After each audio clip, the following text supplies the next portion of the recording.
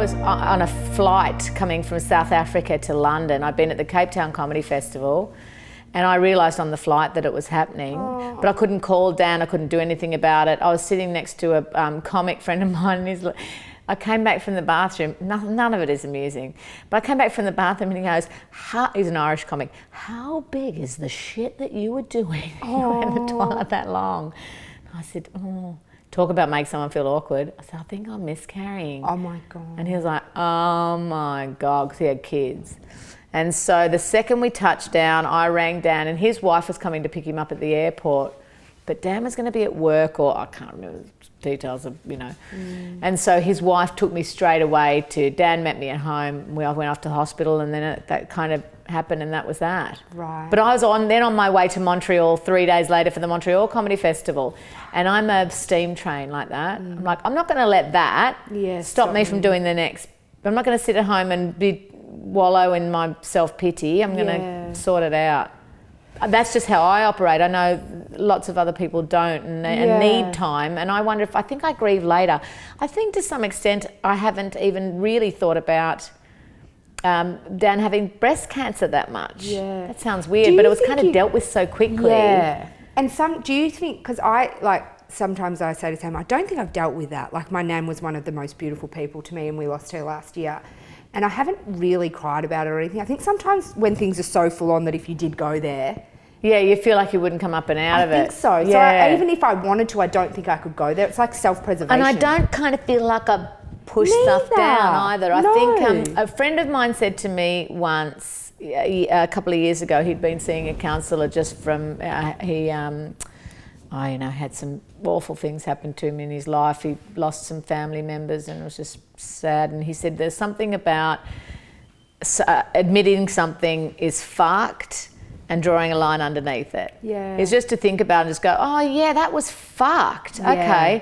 Okay, now I get why that's fucked and I accept that. Yeah. And that was fucked, and that little version of me, that little boy, is allowed to feel that was fucked. Yes. And that kind of lets you let it go a little bit. Yeah. And so I think I kind of steamroll through life a little bit like that. I don't feel like there's some corner moment coming where I'm going to be... No, I kind of don't feel like that either, but I also feel surprised that I haven't...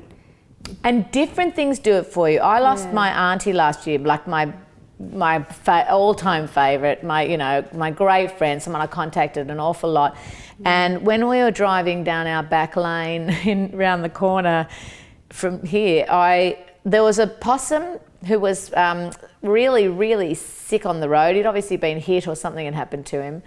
And I got very invested with the possum, which I think might have been a bit of transfer. But I went to pick up the possum and there was a builder and he's like, they're mental and they're pests, just let it die. But it was dying up the back of my garage. I'm like, I can't just let it die, can I not put it... So I wrapped it in a tea towel and I put it into a little box and I took it off to our local vet. They must have thought, oh, here we go. They must have thought, here we go, here comes a live one. Look at the possum. Then I rang the next morning to see how it was doing, and they're like, oh, the possum didn't make it. And I was like, oh, okay. Thank you. Oh, really? And then howled about it. Oh, that has to be. Yeah. Really, I didn't know the possum that well, to be fair. No, you did, and they are. And as soon as you left, the vet would have just injected it to get rid of it. Just quietly, probably. I know. Yes.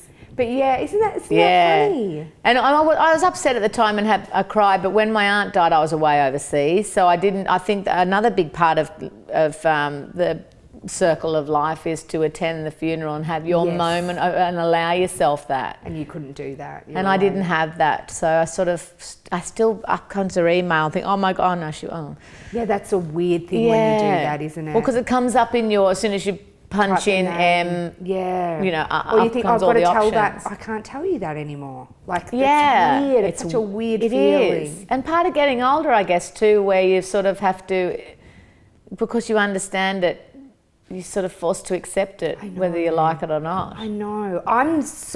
Don't really have death in a great place, though. Like, I'm like to Sam, my mum's going to die one day. Like, mum's going to die one day. Like, I still can't. I feel like whoever's in my life's going to be there forever, but it's not. Yeah, and you know what? I just had a trip away by myself to Los Angeles for a couple of days, which without the kids. Oh, God, it was heaven. It was magical. Yeah, I bet it was. And while I was away, I definitely spent. Oh, there was I Airbnb'd this amazing, just little cottage, and a couple of friends of mine came across from New York. A great old girlfriend and one of my favourite gay friends in the whole wide world. And we sat on the porch out the front of this great Venice Beach house. I didn't tell anybody I was in LA, so I didn't see anybody. Heaven. Yeah. And we just got into the margarita mix. And I also had lots of time to sit out there by myself. It was a very drifty holiday. Right. And I'm going to go, you go and have a massage, I'll do this, I'll do that, whatever. And I sat there thinking about time is ticking. I need to do more stuff with my parents. And I do already loads of stuff with my parents. I love and adore them. I love being in their company. They're fabulous. So I just thought there's no point putting off. I started to think, why do I never go on trips with my dad? I always go on trips with my mum. Oh, yeah. And something on his bucket list is the Tamworth Country Music Festival. And every time he mentions, I'd love to go and do that one day, Mum's like that. Yeah, right. I never want to go to. So while I was in LA, I thought, I'm going to take Dad. So I'm going to take him in January.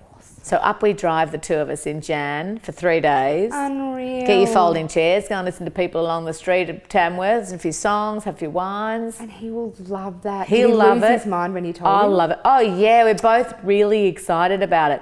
So I think it's acting on, instead of me lamenting what have we got? Have we only got 20 years left? What have we got? Dad's 75 or 76, I think, and Mum's the same. So while they're still like sprightly and groovy and happy to travel and do all that sort of stuff, the time is now. It's now. Yeah, you're so right. And I love the idea of my girls seeing me go off and do that too. That'll sort of plant things in their minds for later. So they'll want to still hang out with us. Yeah, and I'm not a great bucket list person. I said to Dan the other day, I don't really have a bucket list.